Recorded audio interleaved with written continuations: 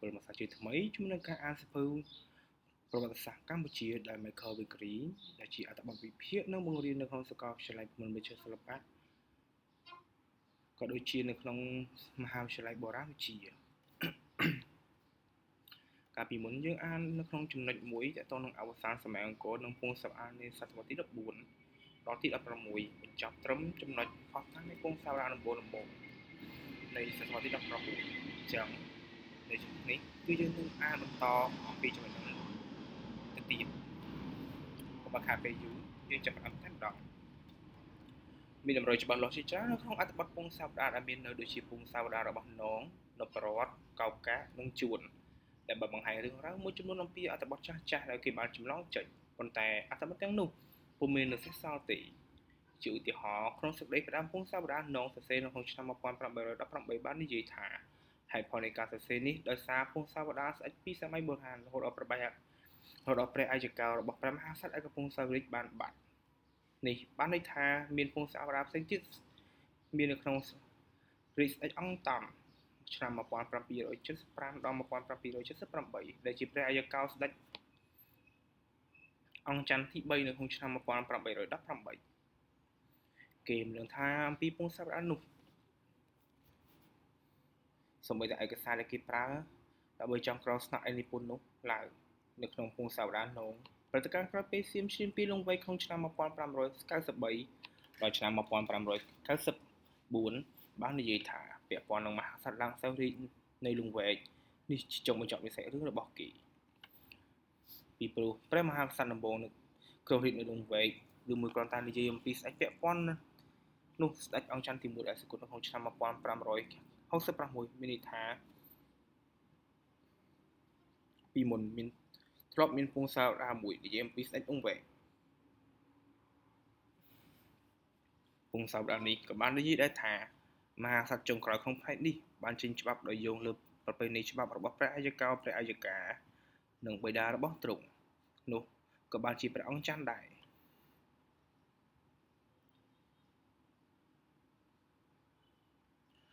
បំណែកពងសាវតារមួយទៀតសរសេរនៅក្នុងឆ្នាំ1808សប្តាហ៍ថ្ងៃមាននៅអត្ថបទបកប្រែជាភាសាថៃដែលគេហៅថាបំណែក1170ដែលនិយាយថាស្ដេចសត្ថានិងអានុយរបស់ទ្រង់ព្រះនាមសូរ្យោពណ៌នៅចុងសតវត្សទី16ជាស្ដេចដែលមានខ្សែស្រឡាយតែមួយពីរជ្ជកាលព្រះអាយកោរបស់ទ្រង់ទៅមេដាបិតាទ្រង់នេះក៏ជាតម្រុយមួយបង្ហាញថារាជសន្តតិវង្សនឹងកំណត់ហេតុប្រវត្តិសាស្ត្របានចាប់ផ្ដើមពីព្រះបាទអង្គច័ន្ទទី1មហោតੰទម្រង់នៃតម្រុយផ្សេងទៀតពីពងសាវតារឬកំណត់ចាស់គឺឃ្លាពិសេសមួយជាមួយនឹងពិធីអភិសេករាជរបស់ព្រះបាទរបស់ព្រះអង្គខ្លះក្នុងពងសាវតារនងឃ្លានេះគឺសាស័ព្ទមហោតੰនៃបន្តឲ្យគោរមងារព្រះមហាក្សត្រឃ្លានេះគ្មានអ្វីទេតាក់ទងនឹងភាសាខ្មែរនិងថៃហើយគេប្រទះឃើញឃ្លានេះជាមួយនឹងព្រះនាមនិព្វានបទបន្តមកគេឃើញមាននៅក្នុងពិធីអភិសេក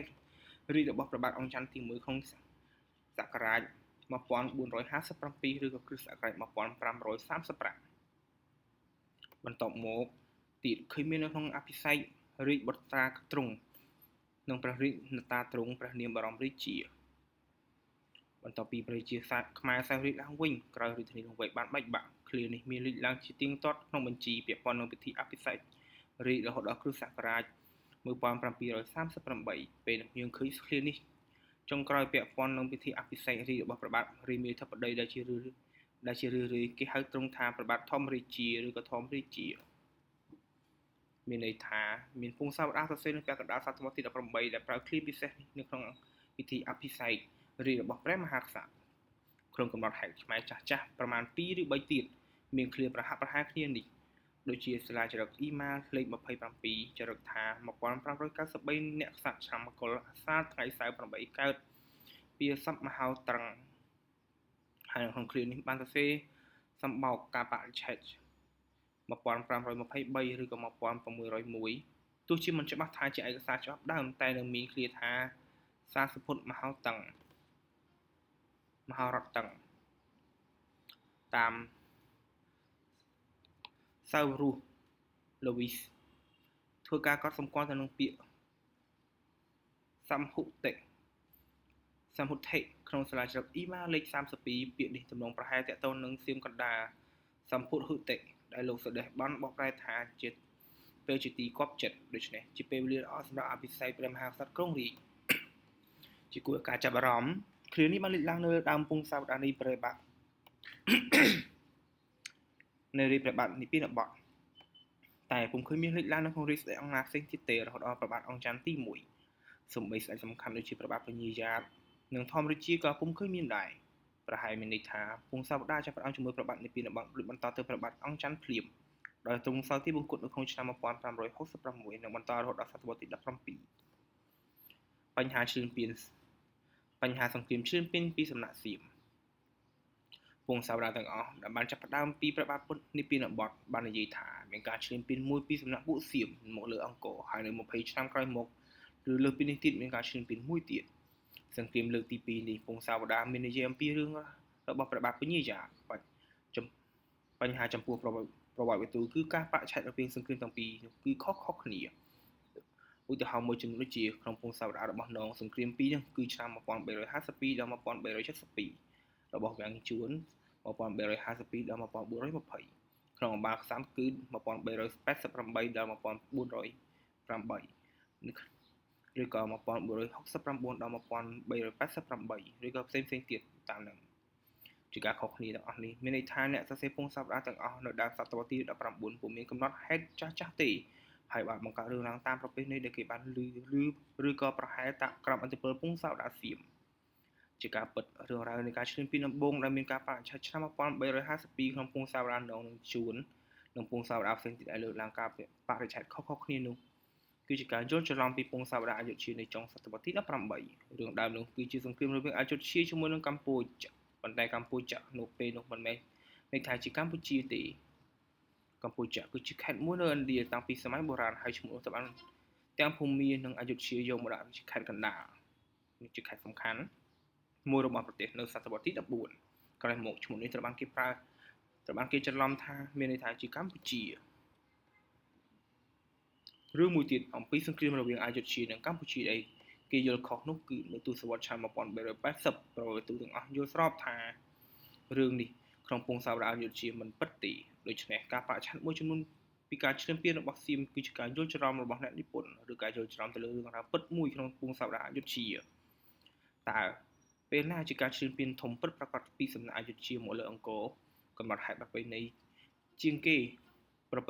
គឺពងសាវតាអយុធ្យា2ដែលបានកំណត់ការបរិច្ឆេទសង្គ្រាមនេះនៅក្នុងឆ្នាំ1431ហើយការកាន់កាប់របស់អយុធ្យាអាចបញ្ចប់ក្នុងរយៈពេល15ឆ្នាំរហូតដល់សង្គ្រាមស្ដេចពញាយ៉ាតដឹកនាំចម្បាំងដើម្បីរំដោះអង្គរពីអយុធ្យាវិញសូមកត់សម្គាល់ថាពេលនោះក្នុងសតវត្សទី15អយុធ្យាមិនទាន់ជាថៃនៅឡើយទេផ្ទុយទៅវិញពួកនោះគឺជាជនជាតិខ្មែរហើយសង្គ្រាមនេះគឺសង្គ្រាមរវាងខ្មែរពីរក្រុមដើម្បីដណ្ដើមកាន់កាប់រាជធានីបុរាណរបស់គេបានន័យថាសង្គ្រាមខ្មែរគ្នាឯងតែមួយនៅខាងអយុធ្យានិងមួយទៀតនៅខាងអង្គរសូមកត់សម្គាល់ផងដែរថាក្រោយព្រះបាទពញាយ៉ាតកំចាត់ពួកអយុធ្យាចេញពីអង្គរហើយក៏ដោយព្រះមហាក្សត្រកម្ពុជាមិនបានត្រឡប់ទៅតាំងរាជធានីនៅអង្គរទេប៉ុន្តែបែរជាស្ថាបនាមជ្ឈមណ្ឌលនយោបាយថ្មីនៅភាគខាងត្បូងកម្ពុជាឯឧត្តមលង្វែកឡាក់នេះព្រោះតែកម្ពុជាងាកមកភ្ជាប់ទំនាក់ទំនងអន្តរជាតិផ្លូវសមុទ្រដែលមានឥទ្ធិពលមកពីចិនវិភាគពងសាវតាកម្ពុជាបញ្ហាសុខស្មាយមាននៅក្នុងពងសាវតាថាតើពងសាវតាទាំងនោះពិតដែរឬទេពងសាវតាដែលលើកចាស់ល្អចាស់ជាងគេសរសេរនៅក្នុងឆ្នាំ1818ដោយលោកនងជាមន្ត្រីម្នាក់ប៉ុន្តែយើងមិនស្គាល់តម្លៃរបស់គាត់ច្បាស់ទេព្រោះគោរមងាររបស់គាត់ត្រូវបានគេលែងប្រើប្រាស់ទៀតហើយអ្នកនិពន្ធក្រោយច្រឡំគាត់ជាមួយនឹងមនុស្សអ្នកទៀតឬក៏ពីរអ្នកផ្សេងទៀតអាចមានឈ្មោះនងដូចគ្នានៅមានបំណែកពងសាវតាចាស់ពីរផ្សេងទៀតដែរមួយគេហៅថាបំណែករបស់អង្គឯកដែលត្រូវបានផ្ញើទៅបាងកកក្នុងឆ្នាំ1796ហើយបច្ចុប្បន្នមានតែអត្ថបទដែលប្រែជាភាសាថៃប៉ុណ្ណោះគឺជាពងសាវតាខ្លីក្នុងនោះមានត្រឹមតែពីរជ្ជកាលស្ដេចនិព្វានបទដល់ពញាយ៉ាតប៉ុណ្ណោះចំណែកពងសាវតាដែលចាស់ជាងនងមួយទៀតគឺពងសាវតា1170សរសេរក្នុងទសវត្សរ៍ឆ្នាំ1808ដោយបានពណ៌នាមលម្អិតរាជប្រវត្តិស្ថាននិងសូរ្យពណ៌នៅចុងសតវត្សទី16និងដើមសតវត្សទី17ពងសាវតានេះក៏ត្រូវបានផ្ញើទៅបាងកកដែរក្នុងឆ្នាំ1808បច្ចុប្បន្ននៅមានតែអត្ថបទដែលប្រែជាភាសាថៃប៉ុណ្ណោះពងសាវតាដែលនៅល្អមួយទៀតសរសេរក្នុងទសវត្សរ៍ឆ្នាំ1878 ដោយព្រះអង្គម្ចាស់នពរតដែលជាបុត្រារបស់ព្រះបាទអង្គឌួងជាទូទៅព្រះអង្គបានចម្លងចេញពីពងសាវតាររបស់នងប៉ុន្តែអាចមានបន្ថែមព័ត៌មានប្លែកមួយចំនួនបានបដូរការបរិច្ឆេទខ្លះពងសាវតារមួយទៀតសរសេរក្នុងឆ្នាំ1869ដោយរាជបញ្ជារបស់ព្រះបាទនរោត្តមបច្ចុប្បន្នគេស្គាល់ថាជាពងសាវតារវត្តកោកកាតការបរិច្ឆេទក្នុងពងសាវតារនេះខុសគ្នាខ្លាំងពីនងពងសាវតារអ្នកប្រវត្តិវិទូជាច្រើនបានចាត់ទុកថាជាផ្លូវការគឺរបស់លោកអង្គញ៉ាវាំងជួនជាមន្ត្រីធំម្នាក់នៃរាជរដ្ឋាភិបាលពងសាវតារនេះសរសេរឡើងនៅរវាងឆ្នាំ1903និង1930មានពងសាវតារផ្សេងៗជាច្រើនទៀតផងដែរក្នុងនោះមួយសំខាន់ដែលគេហៅភាសាខ្មែរថាអំបាលក្សត្រដែលគ្រាន់តែជាបញ្ជីព្រះនាមមហាក្សត្រនិងការបរិច្ឆេទនៃរាជស្ដេចទាំងអស់នោះប៉ុណ្ណោះប្រវត្តិវិទូប្រចាំប្រទេសបានឲ្យឈ្មោះថា List ព្រោះអ្នកដំបូងដែលបានព័ត៌មានអំពីរឿងរ៉ាវពងសាវតារនៅសតវត្សទី19គឺជាជនជាតិបារាំងពងសាវតារមួយផ្សេងទៀតដែលខ្ញុំនឹងលើកមកនៅខាងក្រោមបច្ចុប្បន្ននៅប្រទេសបារាំងមានឈ្មោះថាពងសាវតារ P64 ប្រវត្តិវិទូបានជាទូទៅបានចាត់ទុកថាពងសាវតារផ្នែកពិតចាប់ផ្ដើមពីរឿងរ៉ាវស្ដេចមេអង្គព្រះនាមនិព្វានបទជាការអានបច្ចុប្បន្នមកពីមរណនាមសម័យអង្គរនិវ្វានបទដែលគេបានដាក់ឲ្យព្រះបាទសូរ្យវរ្ម័នទី1ចំពោះអ្នកប្រវត្តិវិទូអឺរ៉ុបដំបូងនេះហាក់ដូចជាពេលមួយសុក្រិតក្នុងការចាប់ផ្ដើមប្រវត្តិសាស្ត្រពងសាវតារព្រោះសិលាចារឹកអង្គរចុងក្រោយបំផុតចារឹកអំពីស្ដេចជ័យវរ្ម័ន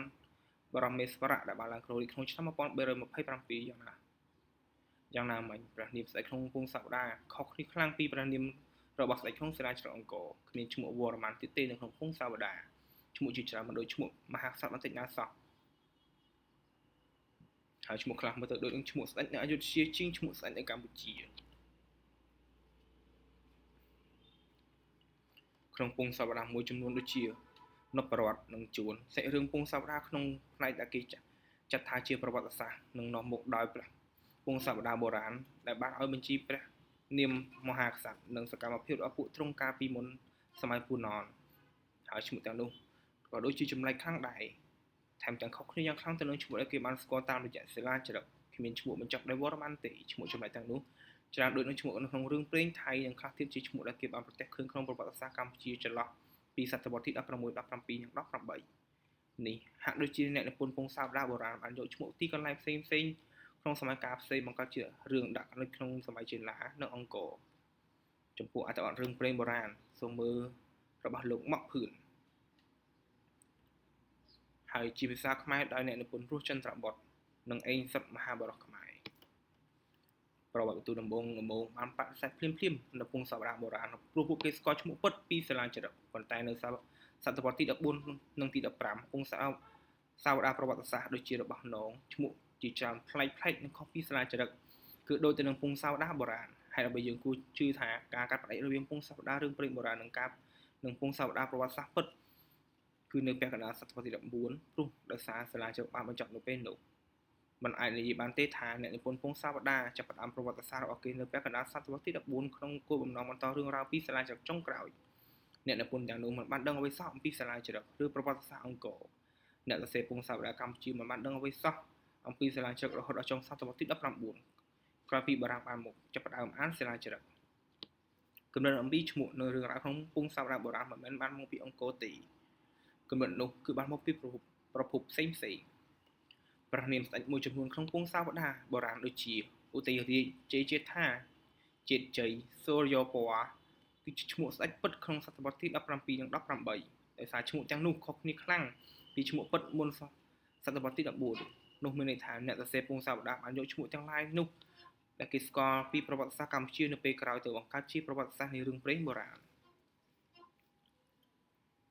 ឈ្មោះមួយចំនួនក្នុងពងសាវតារបុរាណគឺជាឈ្មោះក្នុងរឿងព្រេងខ្មែរដែលមានប្រជាប្រិយដូចជាព្រះថោងព្រះកេតុមេលាពិស្ណុកាជាដើមឈ្មោះផ្សេង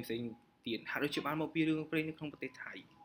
ហើយដើម្បីបានជាអ្នកនិពន្ធកម្ពុជាយកឈ្មោះរឿងថៃដើម្បីចងក្រងជាពងសាវតាររបស់ខ្លួនឯងយើងត្រូវចងចាំថាតាំងពីសតវត្សទី16ខ្មែរស្ដេចខ្មែរជាច្រើនអង្គព្រះសង្ឃនិងអ្នកចេះដឹងជាច្រើនបានរស់នៅអយុធ្យាអស់រយៈពេលយ៉ាងយូរហើយក្រោយមកនៅបាងកកចំណេះដឹងខ្ពស់របស់ពួកគេគឺទទួលបានមកពីថៃហើយរឿងព្រេងពីថៃទាំងនោះក៏ជារឿងព្រេងរបស់ពួកគេដែរឈ្មោះមកពីថៃមួយចំនួនក្នុង ទាំងក្នុងពងសាវតាបុរាណនិងនៅសតវត្សទី14 15មិនមែនយកចេញពីរឿងព្រេងថៃទេក៏ប៉ុន្តែគឺជាឈ្មោះមកពីប្រវត្តិសាស្ត្រពិតនៅទីនោះឧទាហរណ៍សីហនុកុមារស្ដេចសឹងជាព្រះមហាក្សត្រមួយអង្គចុងក្រោយក្នុងរាជក្នុងពងសាវតាកម្ពុជាបុរាណឈ្មោះសីហនុវត្តកុមារក្នុងពងសាវតាថៃដែលគេជឿថាជាស្ថាបនិកម្នាក់នៃតំបន់ឈៀងសែននៅភាគខាងជើងប្រទេសថៃសម្រាប់អនុរាជគឺជាចន្ទៈគឺជាច័ន្ទភានុរាជនៅក្នុងអត្ថបទលោកឯងមលញេគឺជាឈ្មោះពិតប្រាកដក្នុងអក្សរាចារសំស្ក្រឹតចាស់ដ៏ចំណាស់មួយនៅភាគខាងត្បូងទឹកដីថៃនាសតវត្សទី13ហើយអ្នកស្នងរាជបន្តទី2ព្រះអង្គគឺព្រះបទុមវរវង្សជាឈ្មោះដែលគេដាក់តាមឈ្មោះសន្តតិវង្សចន្ទ្រភានុគឺជាស្ដេចបទុមវង្សាឈ្មោះមកពីពងសាវតាបុរាណថៃផ្សេងទៀតក្នុងរឿងរ៉ាវអំពីប្រទេសថៃគឺដំបងក្រញូងជាបរោះដំបងទឹកព្រមកិលនិងពញាក្រែករឿងតាតសក់ផ្អែមដែលជាស្ដេចចុងក្រោយក្នុងពងសាវតាបុរាណក៏គេប្រទះឃើញមាននៅក្នុងរឿងព្រេងភូមិមាដែរគ្រប់គ្នាគេយល់ថារឿងរ៉ាវដែលមានការបរិច្ឆេទមុនសតវត្សទី14នោះជាការប្រឌិតឬជារឿងព្រេងតាក់ទងសាច់រឿងនឹងឈ្មោះប៉ុន្តែហេតុអ្វីបានជាគេសន្និដ្ឋានភ្លាមថាឈ្មោះដែលចម្លែកខាងដូចគ្នានោះដែលនៅពាក់កណ្ដាលសតវត្សទី14គឺជាឈ្មោះពិតនោះប្រហែលជាពងសាវតារឿងព្រេងបុរាណបានបន្តអស់រយៈពេលយ៉ាងយូរនៅក្នុងសតវត្សទី14ជាឧទាហរណ៍ឈ្មោះទី3នៃប្រវត្តិសាស្ត្របន្ទាប់ពីព្រះបាទនិព្វានបតគឺស្ដេចលំពង់ឬលំពង់រាជាគ្មានន័យក្នុងភាសាខ្មែរទេហើយក៏គ្មានប្រភពផ្សេងទៀតអំពីព្រះអង្គដែរប៉ុន្តែឈ្មោះទាំងនោះទំនងដូចនឹងស្ដេចលំពងងូគឺជាព្រះអង្គម្ចាស់មួយអង្គនៅសតវត្សទី14ក្នុងពងសាវតាអយុធ្យាឈ្មោះរបស់ទ្រង់ត្រូវបានគេសរសេរបែបនោះក្នុងប្រវត្តិសាស្ត្រព្រះពុទ្ធបាលីថៃបាលីដែលល្បីល្បាញក្នុងប្រទេសកម្ពុជានាសតវត្សទី19ឈ្មោះចម្លែកមួយទៀតនៅសតវត្សទី14គឺសូរិយោទ័យដែលជាសំយោគនៃពាក្យសូរិយាបូកនឹងឧទ័យឈ្មោះនេះគេមិនអាចមានឃើញនៅក្នុងសាលាជ្រឹកទេក្នុងក្រមងារចាស់ពិតប្រាកដនោះគឺសូរិយៈគឺគ្រាន់តែភ្ជាប់ជាមួយនឹងវរ្ម័ននិងវង្សសូរិយវង្សគឺជាស្ដេចពិតមួយអង្គក្នុងប្រទេសថៃហើយជាក្រមងារសកលថៃមួយក្រមងារធម្មរមាសោករាជមិនឃើញមានក្នុងសាលាជ្រឹកពិតប្រាកដណាមួយទេនៅក្នុងប្រទេសកម្ពុជាប៉ុន្តែឈ្មោះនេះយ៉ាងហោចណាស់ត្រូវបានស្ដេចពីរអង្គនៅថៃកណ្ដាលបានប្រើប្រាស់នៅរវាងចន្លោះសតវត្សទី12និង16ហើយក្រោយមកទៅជាសមាជិកនៃក្រមងារចៅហ្វាយខេត្តសកលថៃរហូតដល់គ្រិស្តសករាជនៃសតវត្សទី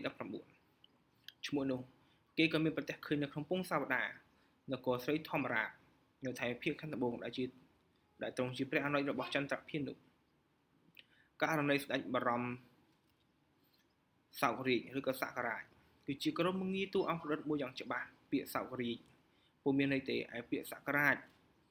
ដែលទាំងភាសាថៃនិងភាសាខ្មែរមានន័យថាសករាជដូចជាចលសករាជពុទ្ធសករាជឬមហាសករាជដែលទាំងនេះមិនមែនជាសមាសភាពក្រមងារពិតប្រាកដណាមួយទេការបញ្យល់គួរជឿជាក់ជាច្រើនអំពីមូលហេតុដែលនាំឲ្យស្ដេចដែលនាំឲ្យគេបង្កើតពាក្យទាំងនេះគឺជាការគិតឃើញរបស់អ្នកនិពន្ធដែលមានបំណងចង់បង្ហាញអំពីទំនាក់ទំនងគ្រួសារមួយជាមួយនឹងធម្មមាសោករាជជាក្រមងារដែលគេលែងស្គាល់ទៅហើយដូច្នេះនៅក្នុងការវិភាគលើការបំបីព្យាង្គចំពោះពាក្យនេះគឺពុំត្រូវទេធម្មមាសោករាជមួយពាក្យធម្មអសោកបូករាជដែលមានខ្យល់ស្រៈអ2ចូលគ្នាមកកើតជាខ្យល់ស្រៈវែងអាប៉ុន្តែស្រៈនេះត្រូវបានគេលុបចេញឲ្យសរសេរត្រឹមតែធម្មសោករាជរួចក៏យកពាក្យសមាសភាពពាក្យសោករាជឬក៏សករាជបូកបញ្ចូលជាមួយពាក្យបរមដែលមានន័យថាទី1ឬក៏ល្អបំផុតដែលជាក្រមងារប្រឌិតទាំងស្រុងរបស់បត្រាស្ដេចធម្មមាសោករាជដំបូងខ្ញុំគិតថាឈ្មោះដែល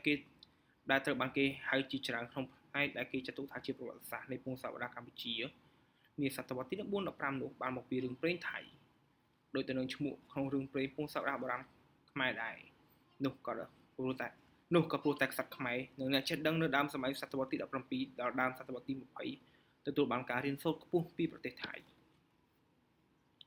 ដោយទៅនឹងពងសាវតាបុរាណដែរឈ្មោះមួយចំនួនក្នុងប្រវត្តិសាស្ត្រនៃពងសាវតានាសតវត្សទី14 15បានមកពីប្រវត្តិសាស្ត្រកម្ពុជាពិតក្រោយក្នុងសម័យក្រោយឈ្មោះខ្លះខ្ញុំបានបង្ហាញខាងលើរួចហើយជាឧទាហរណ៍គឺមហាក្សត្រក្នុងពងសាវតាផ្នែកដើមដំបូងគឺស្ដេចនិព្វានបតដោយដែលខ្ញុំនឹងបញ្យល់បន្តហេតុអ្វីបានជាអ្នកនិពន្ធប្រវត្តិសាស្ត្រសម្រាប់ចិត្តចាប់ផ្ដើមរឿងរបស់គេក្នុងសតវត្សទី14ជាមួយនឹងស្ដេចមួយអង្គព្រះនាមនិព្វានបតមូលហេតុចំពោះការបរិច្ឆេទនៅពាក់កណ្ដាលសតវត្សទី14គឺមានឥទ្ធិពលច្រើនពីថៃខាងលើខ្ញុំបានបញ្យល់អំពីឥទ្ធិពលខ្លាំង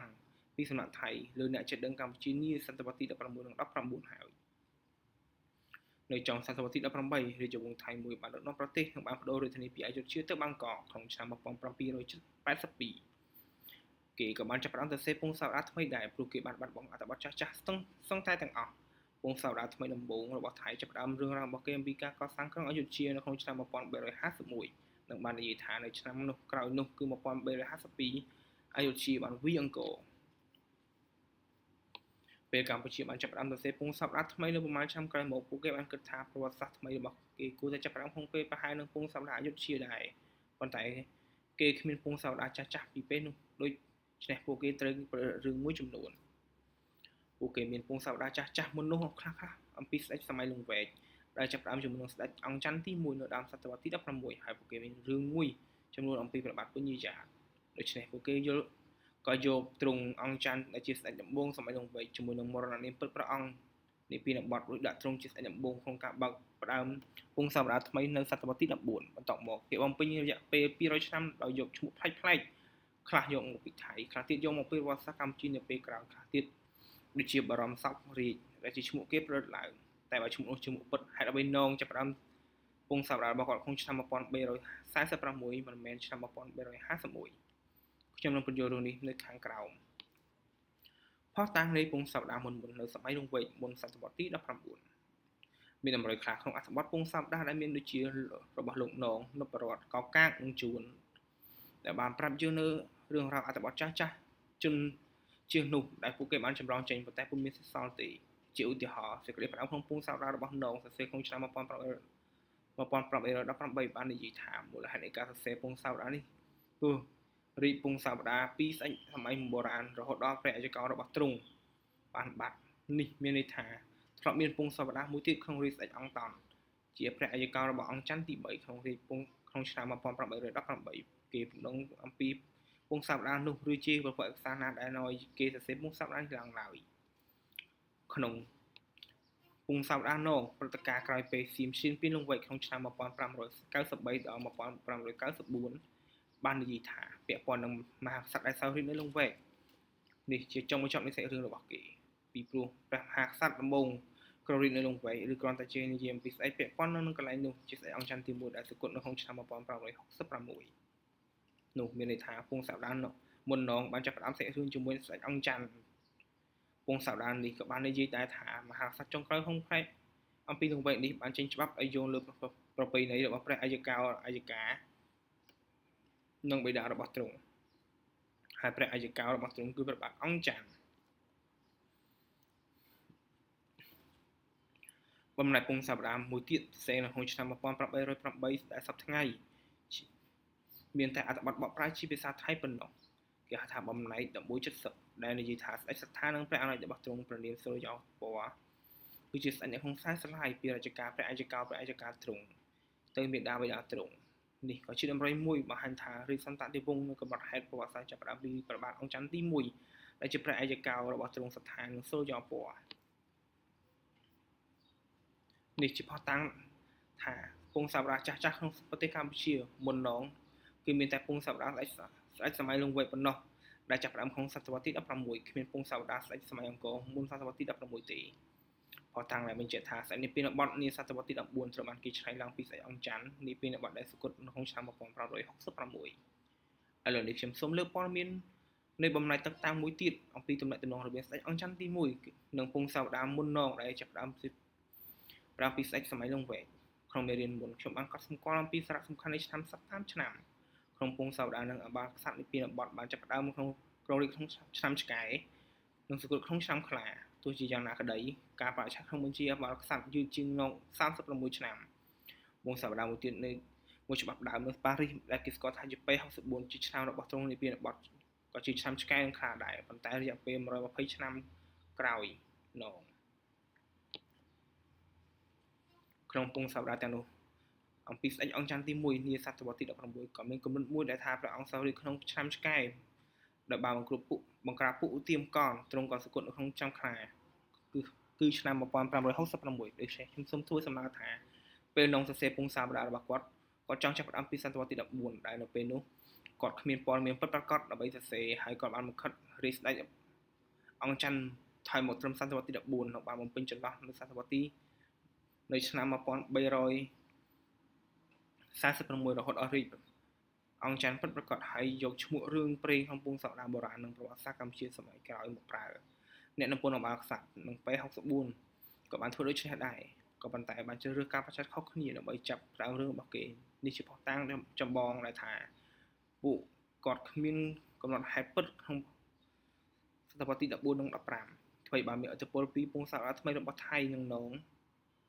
មានបំណងរក្សាទុកឆ្នាំឆ្កែនិងឆ្នាំខ្លារបស់អង្គការក្នុងសតវត្សទី16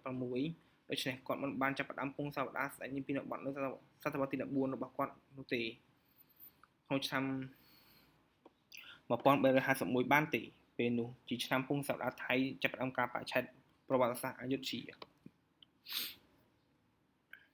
មានព័ត៌មានមួយចំនួនទៀតបានបង្ហាញថាព្រះបាទអង្គច័ន្ទទី1ជានិព្វានបទពិតប្រាកដស្រាវជ្រាវប្រាសាទស្រាវជ្រាវព្រះបាទអង្គច័ន្ទនិព្វានបទ K82 ឬក៏ EMA លេខ4ស្រាវជ្រាវពីរនេះមានការបច្ឆេទដូចគ្នាគឺសកៈឬក៏សករាជ1488ឬក៏គ្រិស្តសករាជ1566ហើយជួនគ្នាក្នុងការផ្ដោតផុសតាំងផ្ទាល់ពាក់ព័ន្ធនឹងរាជរបស់ព្រះអង្គច័ន្ទដោយមាននៅក្នុងពងសវតាហើយព្រះអង្គសគត់ក្នុងឆ្នាំ1566ស្រាវជ្រាវពីរហៅនេះដំបូងគឺ K82 ពីប្រាសាទនគរវត្តពីប្រាសាទវត្តនគរខេត្តកំពង់ចាមដែលប្រាសាទនេះមួយផ្នែកត្រូវបានគេកសាងឡើងវិញនាសតវត្សទី16ស្រាវជ្រាវនេះមានពីរផ្នែកមួយផ្នែកសរសេរជាភាសាបាលីនិងមួយផ្នែកទៀតសរសេរជាភាសាខ្មែរផ្នែកជាភាសាបាលីពីរជួរដំបូងចំណងជាមានមរណនាមពីរគឺសកលបទនិងមហាបរមនិព្វានបទស្រាវជ្រាវនេះពុំបាននិយាយដែរថាអ្នកទាំងពីរនោះមានឋានៈជាព្រះមហាក្សត្រឬប្រហែលជាបុត្រាព្រះមហាក្សត្រដែលពាក្យខ្លះមានការពិបាកអានឬក៏បកប្រែពីភាសាបាលីទោះជាយ៉ាងណាក្តីគាត់ក៏ប្រកាសជាក្សត្រមួយអង្គនឹងមរណនាម2ដែលគេស្គាល់យ៉ាងច្បាស់ក្នុងពងសវតានិព្វានបទជាស្ដេចដំបូងនៅសម័យក្រោយអង្គរដែលសុឬក៏សោគុណបទគឺជាព្រះរាមរបស់ស្ដេចអង្គច័ន្ទដែលបានប្ររាជនាដើមសតវត្សទី16គួរគាត់ចំណោទផងដែរថាពងសវតាកម្ពុជាសរសេរជាភាសាបារាំងដោយលោកអាដេម៉ាលើឃ្លាគឺព្រះបាទនិព្វានបទក្នុងសតវត្សទី14មានបត្រាព្រះអង្គព្រះនាមសកុណបទដែលយើងដឹងថាមហាក្សត្រជាទូទៅតែមានមរណនាមតែមួយនោះទេដូច្នេះមរណនាម2ក្នុងនោះស្រាវជ្រាវនោះគួរតែជាមនុស្ស2នាក់បើយើងពិនិត្យមើលស្រាវជ្រាវជាផ្នែកភាសាខ្មែរវិញយើងនឹងឃើញថានៅក្នុងឆ្នាំខ្លាសកៈ1488ឬក៏គ្រិស្តសករាជ1566ឋានន្តរនាមយ៉ាងខ្ពស់ថាសម្ដេចអង្គញាជាមួយនឹងក្រមងារស្រីសកុណបទគឺជាស្ថាបនិកសំណង់សាសនានិងវត្តនៅកន្លែងនោះដូច្នេះមានន័យថាព្រះអង្គនៅមានប្រជជននៅឡើយហើយមានមនុស្ស2នាក់ផ្សេងគ្នាគឺនិព្វានបទនិងសកុណបទដែលបានចារស្រាវជ្រាវជាភាសាបាលីនេះនៅក្នុងពងសវតាការបច្ឆេទឆ្នាំសករាជ1488ឬគ្រិស្តសករាជ1566គឺជាការសម្គាល់ពីការស្គាល់របស់ស្ដេចអង្គច័ន្ទទំនងជាពេលនោះសាលាជ្រឹកនោះរំលឹកដល់ប្រាសាទដែលជាភ្នូក់ទិសដល់ព្រះបាទអង្គច័ន្ទហើយមរណនាមនិព្វានបទពិតជារបស់ព្រះអង្គច័ន្ទផ្ទាល់សោគុណបទក្នុងផ្នែកភាសាខ្មែរជាការពិតមានន័យដូចសោគុណបទជាភាសាបាលីហើយក៏ដូចនឹងសគុណបទក្នុងពងសវតាដែរព្រះអង្គនេះប្រកបជាបុត្រាឬក៏បងប្អូនព្រះរបស់ព្រះបាទនិព្វានបទហើយព្រះអង្គជាអ្នករៀបចំការឧទ្ទិសក្នុងប្រាសាទនិងចារស្រាវជ្រាវឡើងបន្ទាប់ពីទ្រង់ព្រាននិព្វានបទចូលទីវង្គតអ្នកជំនាញមួយចំនួនបានខាងភាសាបាលីនិងភាសាសំស្ក្រឹតបាននិយាយថាការបកប្រែភាសាដល់នេះជួនដំបូងគឺព្រះអង្គដែលមានឈ្មោះថាស្រីសកុណបទជាអ្នកមានភក្តីចំពោះធម៌ហើយក៏ជាបុត្រារបស់ព្រះជាតិដែលមានព្រះនាមថាមហាបរមនិព្វានបទក្នុងពងសវតាស្រីសកុណបទគឺជាព្រះរាមរបស់ទ្រង់អង្គច័ន្ទមិនមែនជាព្រះអនុជទេក៏ប៉ុន្តែនងនឹងបំណែក1170បង្ហាញថាសកុណបទប្រហែលជាមានឋានន្តរនាមពិសេសរបស់ព្រះអង្គម្ចាស់មួយអង្គដែលមាននៅគ្រប់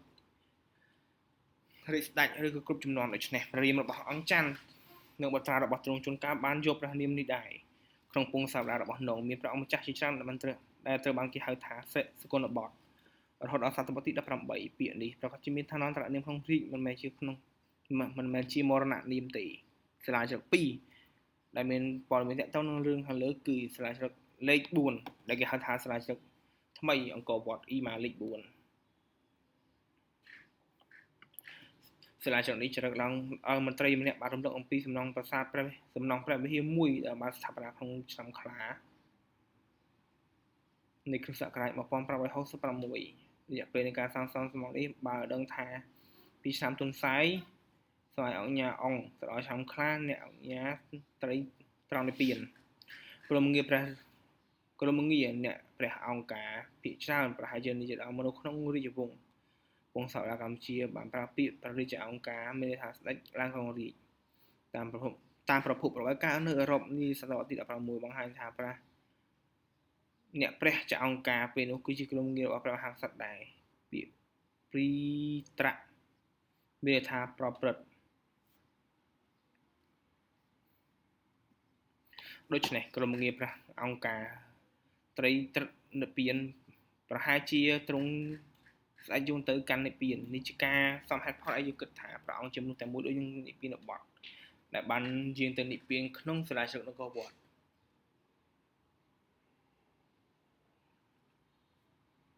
ឥឡូវនេះយើងមានអំណាចពីប្រភពទីកន្លែងដែលបានបន្សល់ពីសម័យកាលជាមួយនឹងព្រឹត្តិការណ៍នោះដែលថាឆ្នាំខ្លានៃគ្រិស្តសករាជ1566ជាឆ្នាំស្គុតរបស់ប្រជាកម្ពុជាមួយអង្គហើយក៏ជាឆ្នាំដែលគេប្រារព្ធជាផ្លូវការនៅក្នុងរឿងនោះព្រះអង្គពាក់ព័ន្ធនឹងទស្សនៈពីរយ៉ាង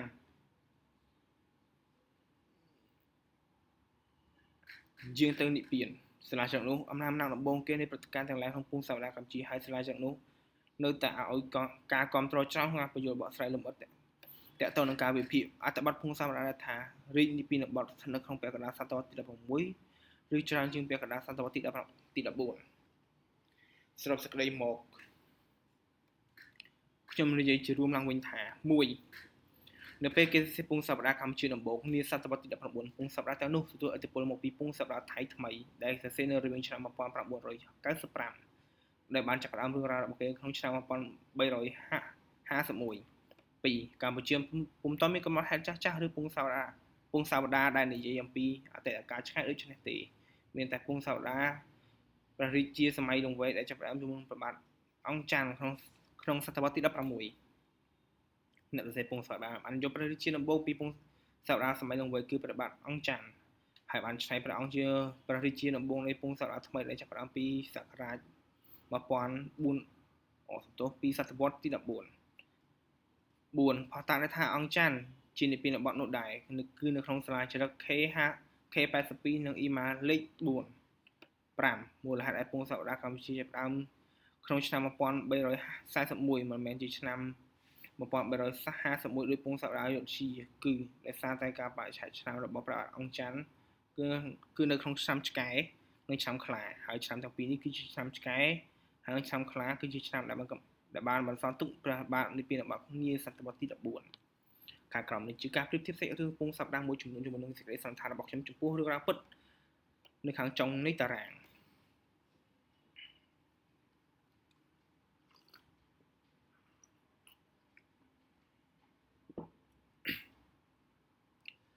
នៅក្នុងចំណុចនេះខ្ញុំប្រហែលជាអត់អានទេយើងមើលខាងលើទៅនងអម្បាក្សត្រP64 វត្តកោកកាបវាំងជួននិងព្រឹត្តិការណ៍ពិតដែលព្រឹត្តិការណ៍ពិតនោះគឺតកតងជាមួយនឹងសាលាជ្រឹកសហសម័យ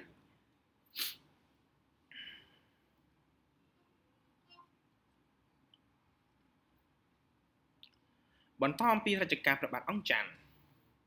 ក្រោយពីព្រះបាទពញាយ៉ាតពងសាវតាមានរឿងច្របូកច្របល់ម្ដងទៀតរបស់ស្ដេចអង្គច័ន្ទប៉ុន្តែតាមរយៈសាលាជ្រឹកដែលយើងបានប្រទះឃើញមុននេះរួចហើយយើងអាចជឿជាក់បានថាព្រះអង្គច័ន្ទ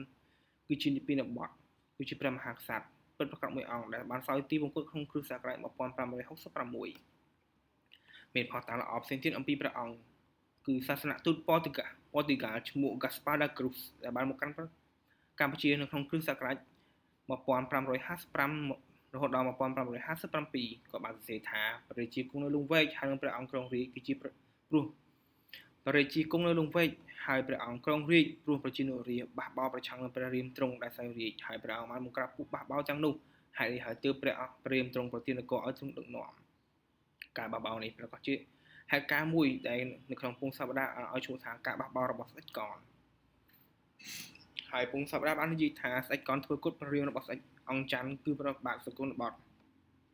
នៅដងស្ទឹងសែងក្នុងឆ្នាំ1512ក្នុងអំឡុងឆ្នាំនោះព្រះអង្គច័ន្ទបានភៀសខ្លួនទៅអយុធ្យាក្រោយមកបានយើងត្រឡប់មកវិញដំបូងព្រះអង្គយើងទៅគង់នៅស្រុកបរិបូ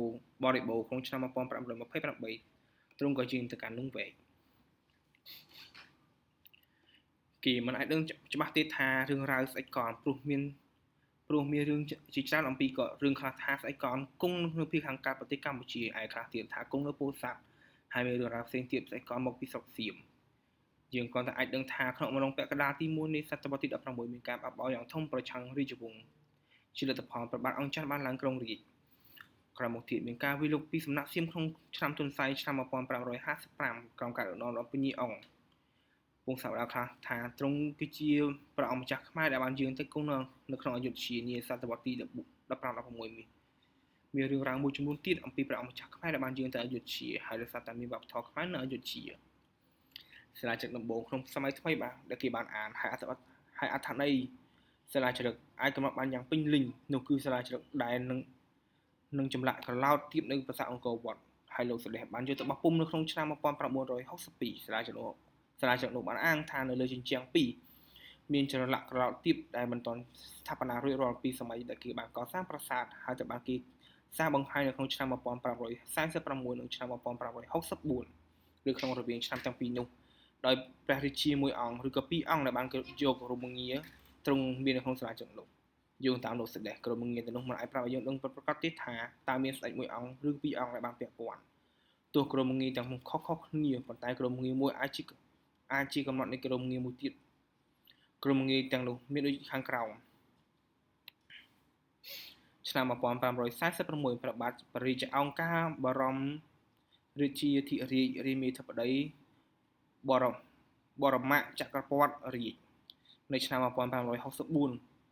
ព្រះបាទសម្ដេចព្រះរាជាអង្គការបរមរាជាធិរាជដល់បរមបពិតសាលាចក្រទាំងនោះពណ៌នាអំពីការឆ្លាក់បង្ហាញចម្លាក់នៅវិស្ណុលោកដែលមិនទាន់បានបញ្ចប់នៅឡើយពីពេលស្ថាបនាអង្គរវត្តសាលាចក្រទាំងនោះបានបញ្ជាក់ឲ្យដឹងថានៅក្នុងសតវត្សទី16កម្ពុជានៅមានព័ត៌មានពិតខ្លះនៅឡើយអំពីអង្គរវត្តនៅចុងសតវត្សទី16មានសាលាចក្រថ្មីអង្គរវត្តនៅសម័យកណ្ដាលមួយចំនួនដែលបានផ្ដល់ព័ត៌មានយ៉ាងច្បាស់អំពីចុងសម័យនាសតវត្សទី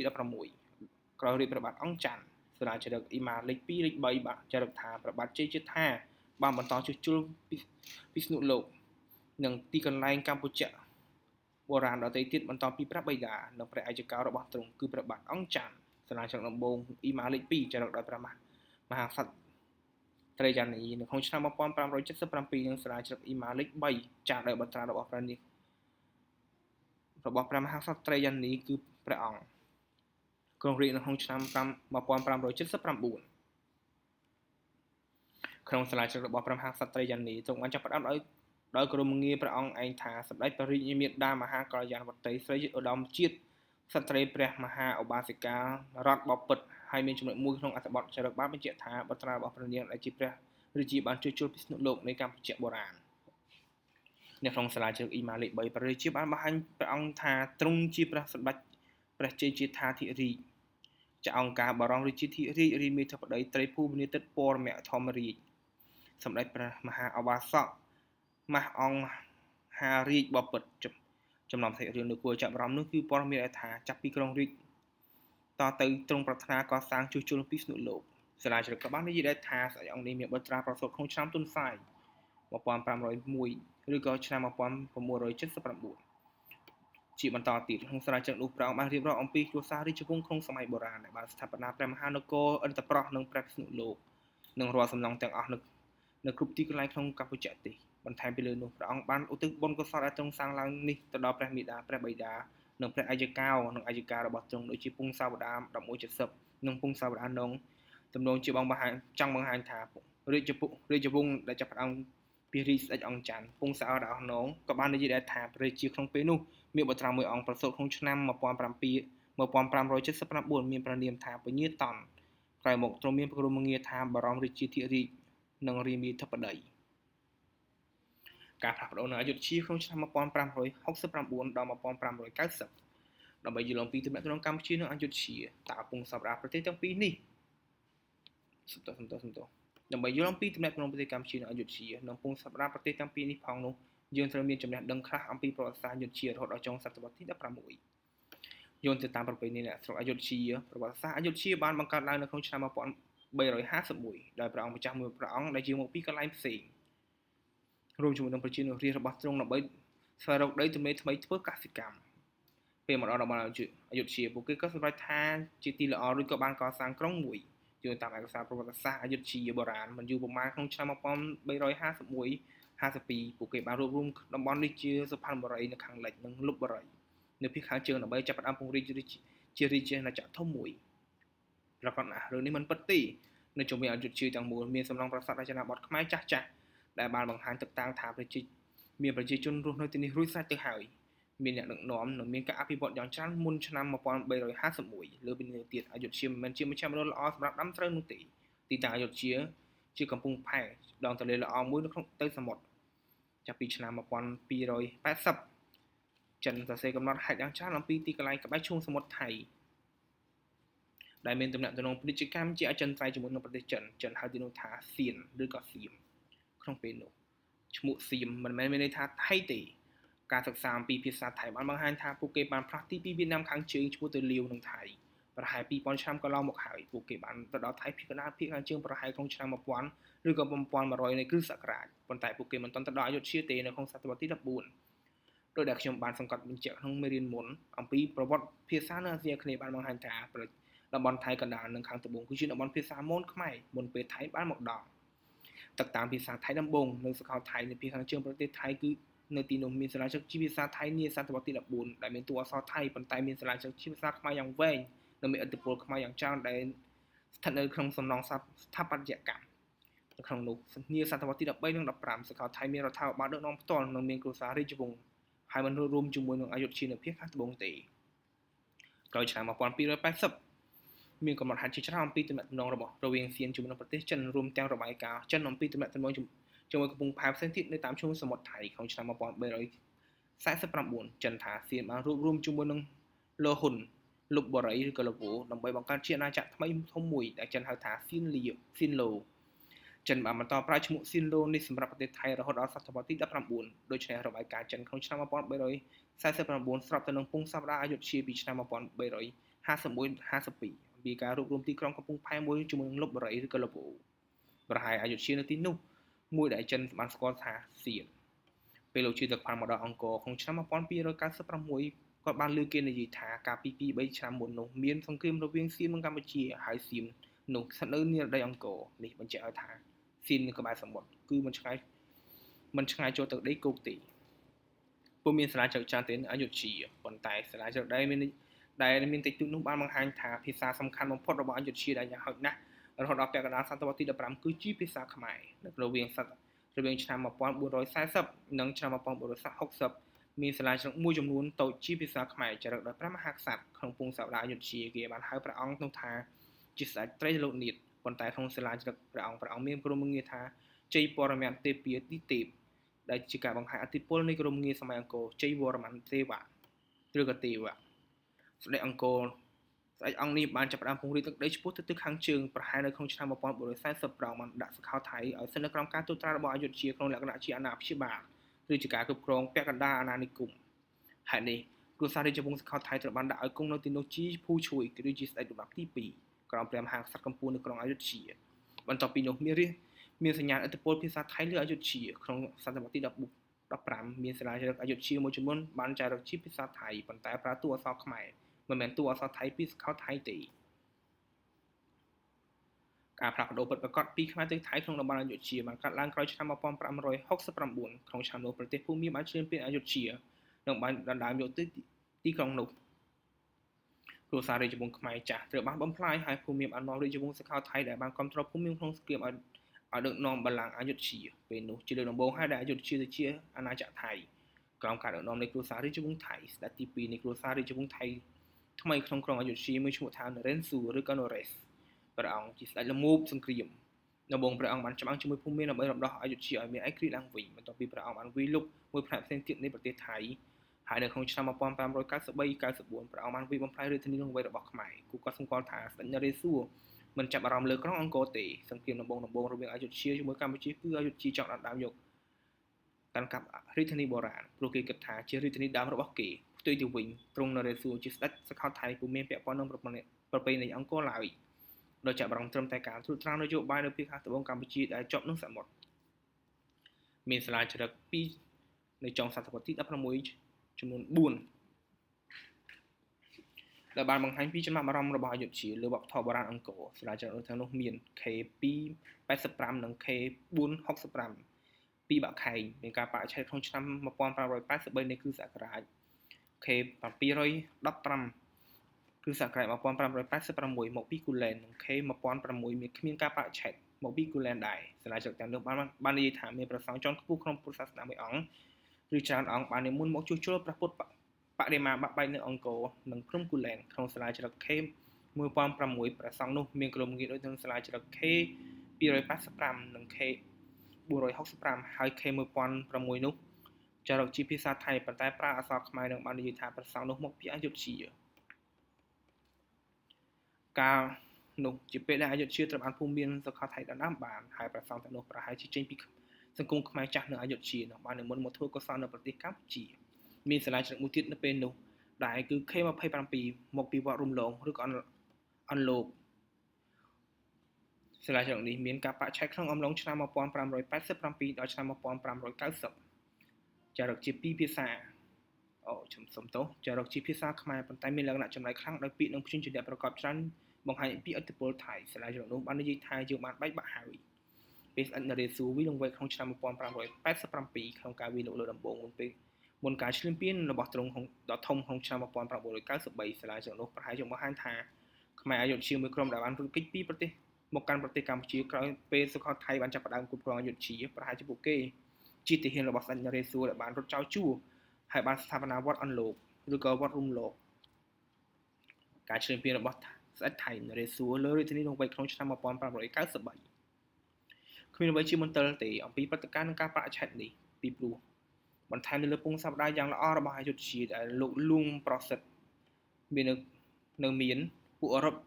ទាំងនៅអយុធ្យានិងល្បីបានកត់ត្រាអំពីរឿងសង្គ្រាមនេះពួកអឺរ៉ុបនោះជាជនជាតិប៉ូទុយហ្គាល់មកពីម៉ាឡាកានិងអេស្ប៉ាញមកពីម៉ានីលពេលនោះកំពុងធ្វើសហប្រតិបត្តិការហើយគេសង្ឃឹមថានឹងបង្កើតមជ្ឈមណ្ឌលពាណិជ្ជកម្មក្នុងប្រទេសខ្មែរនិងអយុធ្យារបាយការណ៍ពួកគេបានបង្ហាញថាពួកគេសង្ឃឹមថានឹងអាចបង្កើតស្ថានភាពជាក់លាក់លក្ខណៈល្អពាក់កណ្ដាលនៃអនាគតក្នុងប្រទេសកម្ពុជាជនជាតិអឺរ៉ុបនៅអាស៊ីអាគ្នេយ៍មុនឆ្លងចូលដល់ការពិភាក្សាលម្អិតអំពីសង្គ្រាមឆ្នាំ1593-94និងការរៀបចំស្ថាបនាប្រទេសកម្ពុជាឡើងវិញបន្ទាប់ពីសង្គ្រាមយើងត្រូវតែផ្ដោតការយកចិត្តទុកដាក់ចំពោះការចាប់ផ្ដើមសកម្មភាពពាណិជ្ជកម្មនិងអាណានិគមរបស់ជនជាតិអឺរ៉ុបនៅតំបន់អាស៊ីអាគ្នេយ៍ព្រោះថាពួកអឺរ៉ុបបានចាប់ផ្ដើមសកម្មភាពនៅក្នុងប្រទេសកម្ពុជានៅក្នុងទសវត្សរ៍ឆ្នាំ1580ហើយសកម្មភាពរបស់ពួកគេបានបន្តនៅក្នុងសតវត្សរ៍ទី17ចំណាប់អារម្មណ៍ដំបូងរបស់ជនជាតិអឺរ៉ុបនៅតំបន់អាស៊ីអាគ្នេយ៍គឺដើម្បីប្រមូលទិញគ្រឿងទេសមកពីតំបន់ឈ្មោះថាកោះគ្រឿងទេសក្នុងប្រទេសឥណ្ឌូនេស៊ីកោះគ្រឿងទេសទាំងនោះមានម៉ាលូកាជាពិសេសប៊ុនដាធឺណាតនិងធីដូគ្រឿងទេសពីរប្រភេទដែលមានសារៈសំខាន់បំផុតនោះគឺផ្កាខ្លាំពូនិងចាំងគឹស្នាដែលមានដុះនៅលើតែកោះប៉ុណ្ណោះពួកគេជឿថាពាណិជ្ជករតាមកប៉ាល់របស់ពួកអូស្ត្រានេស៊ីបានចាប់ផ្ដើមនាំគ្រឿងទេសទាំងនោះទៅកាន់តំបន់ភាគខាងលិចដូចជា Java ស៊ូម៉ាត្រានិងឥណ្ឌាក្នុងសម័យបុរាណប្រវត្តិសាស្ត្រហើយយើងដឹងថាគ្រឿងទេសទាំងនោះបាននាំទៅដល់អឺរ៉ុបនៅក្នុងសម័យរ៉ូមកាលពីជាង 2000 ឆ្នាំមុនក្រោយមកយើងដឹងថាគ្រឿងទេសទាំងនោះបានទៅដល់អារ៉ាប់តាមផ្លូវសមុទ្រហើយបានដឹកជញ្ជូនតាមផ្លូវគោកទៅកាន់ប្រទេសទូគីនិងអ៊ីតាលីជាពិសេសទីក្រុងវេនីស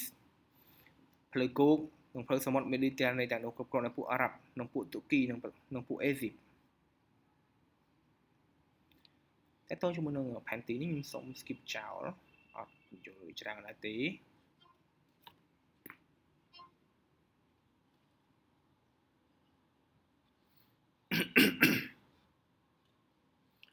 ប្រហែលចាប់ពីគ្រិស្តសករាជ1400ទីក្រុងម៉ាឡាកាដែលជាផ្នែកដ៏សំខាន់បំផុតនៅតំបន់អាស៊ីអាគ្នេយ៍គ្រឿងទេសបានទៅដល់ទីនោះពីកោះគ្រឿងទេសបន្តមកទៅកាណាឌីនិងអឺរ៉ុបសូមកត់សម្គាល់ថាអាស៊ីអាគ្នេយ៍ដីគោកគឺជាតំបន់ប្រទេសភូមាថៃកម្ពុជាបច្ចុប្បន្នមិនពាក់ព័ន្ធក្នុងពាណិជ្ជកម្មនោះឡើយគ្រឿងទេសសំខាន់មិនមែនដាំនៅទីនោះទេហើយតំបន់ទាំងនោះស្ថិតនៅក្នុងតាមផ្លូវសមុទ្រទៅកាន់អឺរ៉ុបទេនៅចុងសតវត្សរ៍ទី15ពួកអឺរ៉ុបខាងលិចបានចាប់ផ្ដើមព្យាយាមចូលប្រឡូកពាណិជ្ជកម្មយ៉ាងចំណេញនោះដំបូងជនជាតិប៉ូទុយហ្គេបានធ្វើដំណើរតាមកប៉ាល់ជំនាញអាហ្វ្រិកនិងបានមកដល់ឥណ្ឌាក្នុងឆ្នាំ1498នៅក្នុងឆ្នាំ1511ជនជាតិប៉ូទុយហ្គេដណ្ដើមយកកំពង់ផែម៉ាឡាកាផ្ដាច់មុខហេតុនេះទើបធ្វើឲ្យមានការ បណ្ដាញផ្លូវពាណិជ្ជកម្មអាស៊ីអាគ្នេយ៍ចាស់ពួកប៉ូទុយហ្គាល់បានចាប់ផ្ដើមបង្ខំពាណិជ្ជករក្នុងស្រុកឲ្យលក់គ្រឿងទេសដល់ពួកគេដើម្បីយកទៅកាន់អឺរ៉ុបមិនយូរប៉ុន្មានក្រោយវានៅបានម៉ាឡាកាពួកប៉ូទុយហ្គេបានទៅដល់កោះគ្រឿងទេសក្នុងឆ្នាំ1512ហើយបានធ្វើកិច្ចព្រមព្រៀងជួនកាលដោយបង្ខំឲ្យប្រមូលទិញគ្រឿងទេសតាមតំបន់នោះដែលជាប្រភពធនធានប៉ុន្មានឆ្នាំក្រោយមកនៅឆ្នាំ1521លោកម៉ាហ្សេឡង់បានធ្វើដំណើរតាមកប៉ាល់ជុំវិញពិភពលោកគាត់បានចេញពីប្រទេសអេស្ប៉ាញតាមទិសខាងលិចទៅដល់ហ្វីលីពីនគោលបំណងរបស់គាត់គឺដើម្បីរកកោះគ្រឿងទេសប៉ុន្តែគាត់បានយឺតពេលទៅហើយព្រោះពួកប៉ូទុយហ្គាល់បានទៅដល់ទីនោះមុនជាស្រេចជនជាតិមកពីអេស្ប៉ាញបានចាប់ផ្ដើមពង្រីកអាណានិគមរបស់ពួកគេក្នុងប្រទេសហ្វីលីពីនចាប់ពីពេលនោះមកជនជាតិប៉ូទុយហ្គាល់មិនដែលបានគ្រប់គ្រងកោះគ្រឿងទេសទាំងនោះឲ្យបានពេញទីទេក្រោយមកនៅក្នុងសតវត្សទី16ទាំងអង់គ្លេសនិង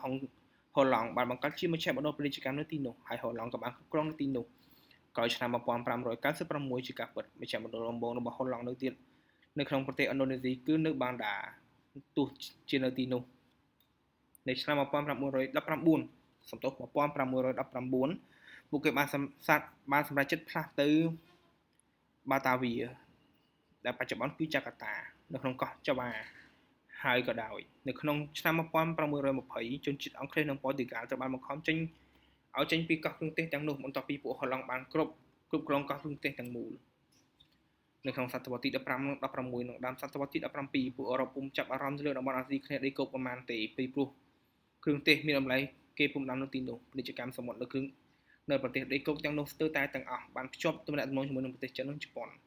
យ៉ាងណាមិញបន្ទាប់ពីប៉ូទុយហ្គាល់ដំណើរយកបានម៉ាឡាកានៅក្នុងឆ្នាំ1511ពួកគេបានចាប់ផ្ដើមទាញយកផលប្រយោជន៍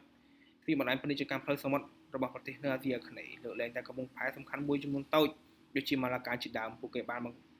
មិនបានបង្កើតអាណានិគមក្នុងតំបន់អាស៊ីអាគ្នេយ៍ទេប៉ុន្តែបានធ្វើសកម្មភាពផ្នែកប្រព័ន្ធអន្តរជាតិនៅក្នុងតំបន់នោះពួកគេបានចាប់ផ្ដើមបង្កើតទំនាក់ទំនងជាមួយនឹងប្រទេសដីគោកមានអយុធ្យាប៉េហ្គូវៀតណាមជាមួយនឹងប្រទេសកម្ពុជានាទសវត្សរ៍ឆ្នាំ1580ជនជាតិប៉ូទុយហ្គេជាច្រើនបានទៅនៅប្រទេសទាំងនោះក្នុងឋានៈជាទាហានបម្រើកងទ័ពក្នុងតំបន់ពួកគេយល់ដឹងច្រើនអំពីការប្រើប្រាស់កាំភ្លើងហើយស្ដេចប្រទេសអាស៊ីអាគ្នេយ៍ចាត់ទុកពួកគេជាអ្នកជំនាញដ៏សំខាន់ក្នុងសង្គ្រាមរវាងភូមិន្ទនិងអយុធ្យាជាមួយកម្ពុជាមានពួកប៉ូទុយហ្គេនៅទាំងសងខាងភាគីនៅប្រទេសកម្ពុជាមានវត្តមានពួកប៉ូទុយហ្គេនិងអេស្ប៉ាញក្នុងឆ្នាំ1580ពួកគេជាអ្នកបម្រើការឲ្យស្ដេចសត្ថាចំណោមនោះមាន2នាក់គឺឈ្មោះ Diego Belloso និង Blas នៅក្នុងឆ្នាំ1592នៅមុនសង្គ្រាមជាមួយនឹងរ៉េស៊ូព្រះអង្គសត្ថាបានបញ្ជូនពួកគេទៅមកនេះដើម្បីសុំជំនួយពីយោធាពីពួកអេស្ប៉ាញនៅហ្វីលីពីនទេសាភិបាលអេស្ប៉ាញបានបដិសេធផ្ដល់ជំនួយប៉ុន្តែបានផ្ដល់សន្ធិសញ្ញាមិត្តភាពលោក Belloso ត្រឡប់ពីមកនេះមកកាន់កម្ពុជាវិញក្នុងឆ្នាំ1594គាត់ត្រូវបានថៃចាប់យកទៅអយុធ្យាបន្ទាប់មកស្ដេចនរេស៊ូបានបញ្ជូនគាត់ទៅមកនេះជាតំណាងឲ្យប្រទេសថៃហើយគាត់បានត្រឡប់មកពីទីនោះមកកម្ពុជាវិញក្នុងឆ្នាំ1595